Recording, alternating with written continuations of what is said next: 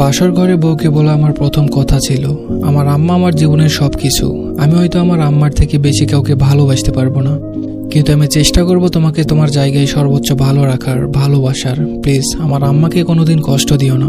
বউ আমার দিকে ড্যাব ড্যাব করে তাকিয়ে রইল, কিছু বলল না। বয়সে ছোট মেয়ে, কষ্ট পেল নাকি পেল না ঠিক বুঝতে পারলাম না। আমি বিছানায় বসতে এসে একটু সরে গিয়ে জায়গা করে দিয়ে বলল, আচ্ছা আপনি কবে চলে যাবেন? আমি একটু অপ্রস্তুত হয়ে বললাম, আসছি তো 5 মাসের ছুটিতে। মেয়ে দেখতে দেখতে তো 1 মাস চলে গেল, বলতে পারো গুনে গুনে 4টা মাস আছি। এরপর আমি আমতা আমতা করে জিজ্ঞেস করলাম, আমি তোমার নামটা ভুলে গেছি, কি যেন ডাক নাম তোমার? বলল রিনি। নাম বলেই খিলখিল করে হাসতে লাগলো আর বিড়বিড় করে বলল, আল্লাহ এ কেমন বর, বউয়ের নাম জানে না। সিঙ্গাপুরে থাকার সুবাদে বহু সুন্দরী মেয়ে জীবনে দেখার সুযোগ হয়েছে, কিন্তু খিলখিল করে হাসলে একটা মেয়েকে এত ভয়ঙ্কর সুন্দর লাগতে পারে জীবনে প্রথম উপলব্ধি করলাম। হাসতে হাসতে তার চোখে পানি চলে আসছে, সে খুব সাবধানে পানি মুছে আবার হাসছে, আর আমি প্রথমবারের সবচেয়ে সুন্দরী হাসি মেয়ের প্রেমে পড়ে গেলাম। আমার পুরো জীবন ঋণীময় হয়ে গেল। বয়স কম হলেও প্রচণ্ড গুছানো আর মিশুক একটা মেয়ে, পুরো বাড়ির কাছে একা হাতে সামলাতে পারে। আমার মা বোনের আরাম আয়েশের দিন ফিরে এলো। এতে অবশ্য ঋণীর কোনো আফসোস নেই। আমি যতদিন থাকলাম ঋণীকে সাহায্য করলাম। আমার যেদিন ফ্লাইট ছিল তার 3 দিন আগে থেকে ঋণীর চোখ মুখে আধার নেমে আসে। আমি টের পাই, সে বাথরুমে গিয়ে কাঁদে, রান্নাঘরে বারান্দায় আড়ালে গিয়ে কাঁদতে থাকে, আর আমার সামনে স্বাভাবিক হওয়ার ভান করে। আমিও ভান করি। এই যে প্রিয়দের ছেড়ে যাবার কষ্ট প্রতিবার ভোগ করতে করতে আমি ক্লান্ত। মাত্র ইন্টার পাস করে দেশের বাইরে পাড়ি দিয়েছি জীবিকার তাগিদে। আব্বা মারা যাওয়ার পর ইচ্ছা থাকা সত্ত্বেও আর পড়াশোনা করতে পারিনি। 17টা বছর প্রবাসে জীবন কাটিয়েছি। এখন আর হাউমাউ করে দুঃখ গায়ে মাখাতে মন চায় না, মনকে পাথর করেছি। তবে এবার আমার পাথরে মন কেন যেন গলে যেতে চাই। সিঙ্গাপুরে আসার পর প্রতিনিয়তই বাড়িতে কথা হয়, আম্মার সাথে, ছোট বোন রেহানা আর রিনির সাথেও। এবার মনটা কেমন যেন ছটফট হয়ে আছে, কাজে মন বসে না, বারবার বাড়ির কথা মনে পড়ে। মাস 3 পর খবর পেলাম আমার রিনি মা হচ্ছে। খবরটা পেয়েছে আম্মার কাছে। অনেকবার চেষ্টা করার পরেও রিনির সাথে কথা বলতে পারলাম না সেদিন। সে লজ্জায় আমার সাথে কথা বলতে পারছে না। আম্মা হেসে কুটি কুটি হয়ে আর বলে, কেমন পোলাপান মানুষ দেখ, 2 দিন পর মা হইব আর এখন এমন করতেছে। আমি শুনি আর হাসি। আমার ভেতরে আনন্দরা হই হুল্লোড় করছে। জীবনে আসলে টাকার খুব দরকার। আজকে টাকার টান না থাকলে আমি দৌড়ে দেশে চলে যেতাম। আমার লাজুক বইয়ের লজ্জা ফোনে না ভাঙিয়ে তাকে জড়িয়ে ধরে ভাঙাতাম। একটা সময় ছিল ছোট পোশাক পরা বিদেশি সুন্দরীদের উপর চোখ চাইতে না চাইতে চলে যেত, কিন্তু এদেরকে এখন আমার ফ্যাকাশে লাগে। আমার নিজের ভেতর আমি অন্য আমিকে আবিষ্কার করতে থাকলাম। প্রায় খাতা কলম নিয়ে হিসাবে বসি। এখন থেকে আরো খরচ কমাতে হবে নিজের। প্রতিদিন অল্প অল্প করে জমাতে থাকলাম। মোটামুটি একটা সেভিং হলেই দেশে গিয়ে অন্তত 1 মাস থেকে আসবো। আমার 2 চোখ ভরা রঙিন স্বপ্নের মৃত্যু ঘটল সেদিন, যেদিন বাড়ি থেকে ফোন করে বলল আমার সন্তান আর ঋণী নাকি পৃথিবীতে আর নেই। পানি ভেঙে যাওয়ার ফলে নাকি এমনটা হয়েছে। নিজেকে বোঝানোর মতো কোনো ভাষা আমার জানা ছিল না। শুধু তখন চিৎকার করে কান্না করতে মন চাইল, কিন্তু সেটাও পারছিলাম না। তখন শুধু আকাশের দিকে তাকিয়ে বললাম, হে আল্লাহ, আমি আপনার ফয়সালাকে মেনে নিয়েছি। আমার অশান্ত হৃদয়কে আপনি শান্ত করে দিন। প্রচণ্ড যন্ত্রণায় আমার দিনগুলো কাটতে লাগলো। উঠতে বসতে সারাক্ষণ ঋণের কথা কানে বাজে। যে সময়ও কল দিত ওই সময়গুলো মনের অজান্তেই ফোন হাতে নিতাম। কিসের যেন অপেক্ষা, যেন শেষই হয় না। 3 মাস পর দেশে গেলাম। স্ত্রী সন্তানের কবর জিয়ারত করাটাই আমার মুখ্য উদ্দেশ্য ছিল। রাতে রিনির ফোনটা ঘাটছিলাম। হঠাৎ তার মেসেঞ্জার চেক করে দেখলাম একটা আইডিতে রিনি অনেক মেসেজ পাঠিয়েছে, ভয়েস পাঠিয়েছে, কিন্তু ওপাশের কোনো মেসেজ নেই। আইডি কার হতে পারে বোঝার কোনো উপায় নেই, প্রোফাইল লক করা। আমি মেসেজগুলো পড়তে লাগলাম। আমার মা বোনকে নিয়ে শত শত অভিযোগ, শত শত দুঃখ কষ্টের কথা সে লিখে পাঠিয়েছে। রাগ লাগছে, মনে সন্দেহ উকি দিল, সে কি কারোর সাথে পরকীয়ায় জড়িয়েছিল। পরের দিন সকালে আমি টাকা দিয়ে সেই আইডিটা হ্যাক করাই। লগ ইন করে বোকা বনে যাই। ফেক আইডি, কোনো ফ্রেন্ড নেই, রিনি ছাড়া কোনো পোস্টও নেই। লগ ইন ডিটেলস চেক করে বুঝলাম এটা রিনিরই আইডি, আর সে তার কষ্টগুলো আমাকে না বলে এখানে লিখে রেখেছে। অনেক জানা অজানা সত্য আমি জানতে পারলাম। সে আমাকে কেন বলেনি তা বুঝতে আমার আর বাকি রইল না। কতটা অমানবিক আমার মা আর বোন হতে পারে আমি চিন্তাও করতে পারছি না।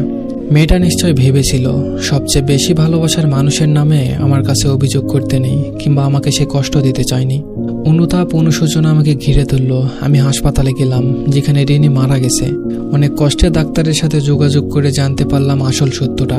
রিনিকার প্রথমত দেরিতে হাসপাতালে আনা হয়েছিল, দ্বিতীয়ত আম্মার বোন জোর করে নর্মাল ডেলিভারি করাতে চেয়েছিল। মূলত আম্মাকে রাজি করাতে করাতে আরও অনেকটা সময় পেরিয়ে যায়। খুব বাজে শোনালেও আমার অবচেতন মন আমাকে বারবার বলছে, তোর আম্মা তোর বউয়ের খুনি। বাড়িতে এসে আম্মার রুমে গেলাম, আম্মার সামনে বসলাম আর আম্মাকে বললাম, আম্মা, আমার ছোট বোনটার কেন যেন সিজার করেছিল ডাক্তার। আম্মা পানের বক্সটা খুলতে খুলতে বলল, কেন আবার? পানি ভাঙার ডর আছিল, ডাক্তারই তো কইল করতে, আল্লাহ বাঁচাইছে, সময় মতো করা গেছে। আম্মার উত্তরে আমার কলিজায় আগুন জ্বলে গেল। যেটা নিজের মেয়ের বেলায় ভাবতে পেরেছে সেটা রিনের বেলায় পারল না। একজন নারী হয়ে অন্য নারীর প্রতি এতটা অবহেলা। কোনো মতে ধৈর্য ধরে বললাম, আম্মা, আমি কি আপনারে কখনো কষ্ট দিছি, ভালোবাসা কম দিছি? আম্মা এবার একটু অবাক হয়ে বলল, কেন বাজান, কি হয়েছে? এডিকুস কেড়ে। আমি আম্মার হাত ধরে বললাম, আম্মা, আমি আপনারে এত ভালোবাসি, তাই জানতে চাই আমার দ্বারা আপনি কষ্ট পাইছেন কিনা। আম্মা আমার মাথায় হাত বুলিয়ে বলল, তুই আমার সোনার টুকরা ছেলে, তোর মতো ছেলে যেন আল্লাহ সবার ঘরে ঘরে দেয়। আমি আম্মার আর একটু কাছে গিয়ে বললাম, আম্মা, রিনিকে তো আপনি রেহানা দুজনেই পছন্দ করে এনেছিলেন, তাহলে ওর সাথে এমন কেন করছেন আম্মা? ওরে ফোনে কথা বলতে দেখলে এত ডাকাডাকি করতেন কেন বলেন তো? 8 মাসের পথই মানুষটারে দিয়ে কেন ভারী কাজ করাইতেন? খাবার কেন কম দিতেন আম্মা? আমি কি টাকা কম দিতাম? লাগলে আমারে বলতেন, আমি না খাইয়া টাকা দিতাম। আমি যে আল্লাহর ভরসায় আপনার কাছে আমার বউরে রেখে গিয়েছিলাম, আপনি আপনার বিবাহিত মেয়ের দেখভাল করলেন, যে শ্বশুর বাড়িতে না নিজের মায়ের কাছে থাকে বেশি। কিন্তু আমার এতিম বউটারে দেখলেন না আম্মা, কাজের লোকের মতো তারে দিয়ে খাটাইছেন। আগে না হয় নিজের ইচ্ছাই করত, কিন্তু যখন শরীর খারাপ হইল তখন কেন জোর করে করালেন আম্মা? আম্মা আমার হাত ছেড়ে দিয়ে চিৎকার করে বলল, মরার আগে এমন মিথ্যা কথা কইয়া গেছে আমার নামে, আল্লাহ আমারে তুমি উঠাই নাও, তুমি বিচার করো, কবরে আগুন জ্বলবো। আম্মার চিৎকারে বোনার ভাতিজিও ছুটে এলো। আমি বোনের দিকে তাকিয়ে বললাম, তোর সিজারের টাকা কে দিয়েছিল? আমি। তোরে অনার্স পাস কে করাইছে? আমি। তোর জামাইয়ের আবদার কে মেটাই? তোর সংসার কয়দিন পর পর কার টাকায় জোড়া লাগে? আমার টাকায়।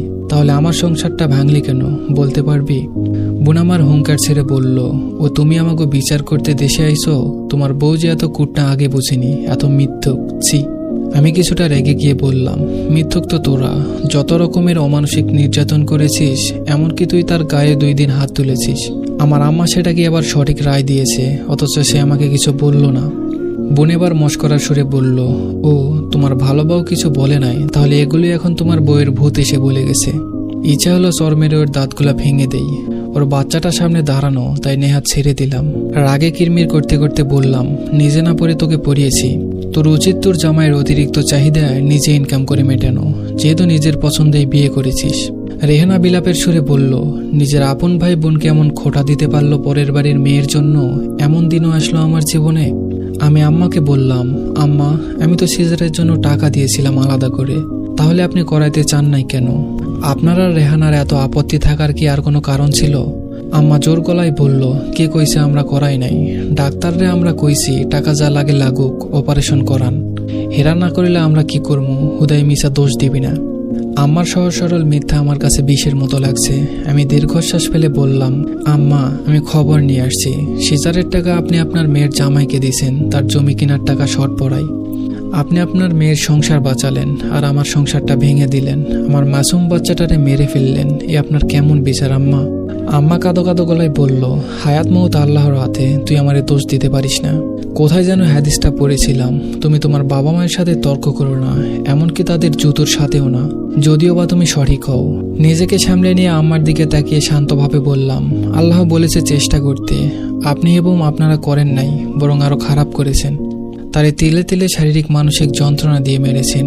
সে যদি আমাকে নালিশ করত তাহলে সত্য মিথ্যা মিশানোর সুযোগ ছিল, কিন্তু যে মানুষ নিজের সাথে কথা বলে তার মিথ্যা বলার দরকার হয় না। কথাটা বলে রুমে চলে আসলাম। অনেক প্রশ্ন, অনেক ইচ্ছা থাকা সত্ত্বেও বললাম না। মা বোন বিলাপ করছে, আশেপাশের মানুষ আমাকে বউ পাগল নিষ্ঠুরতম সন্তান হিসাবে জানছে। জানো, তাতে আমার কিছু যায় আসে না। ফ্লাইটের আগের দিন আম্মা আমাকে খেতে ডাকলো। এতদিন একসাথে না খেলেও আজকে খেলাম। খুব স্বাভাবিকভাবে আম্মাকে বললাম, আম্মা, কোনোদিন তো এয়ারপোর্টে যান নাই, এবার চাইলে যেতে পারেন। আমার সহজ স্বাভাবিক কথায় আম্মা খুশি হলেন। আমার দিকে চেয়ারটা একটু টেনে বলল, বাবা, আর 1 মাস থেকে যা, আমি তোর জন্য মেয়ে খুঁজতেছি, চিন্তা করিস না, ভালো মেয়েই আনমু। জীবন কি আর এমনি চলবে? আমি হাসলাম। আম্মার দিকে তাকিয়ে কিছু বললাম না। মনে মনে ভাবলাম, আচ্ছা, আম্মারা না সব বোঝে, কিছু কিছু আম্মারা কেন বোঝে না যে সন্তানের সুখ কিসে।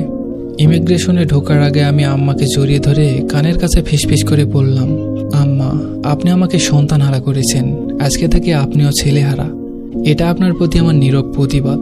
আম্মা, আপনাকে যদি আমার বুকের ভেতরের কষ্টটা দেখাতে পারতাম তাহলে আপনি বুঝতেন আপনার কলিজার টুকরা ছেলেকে নিজের হাতে কতটা কষ্টের সাগরে ফেলে দিয়েছেন।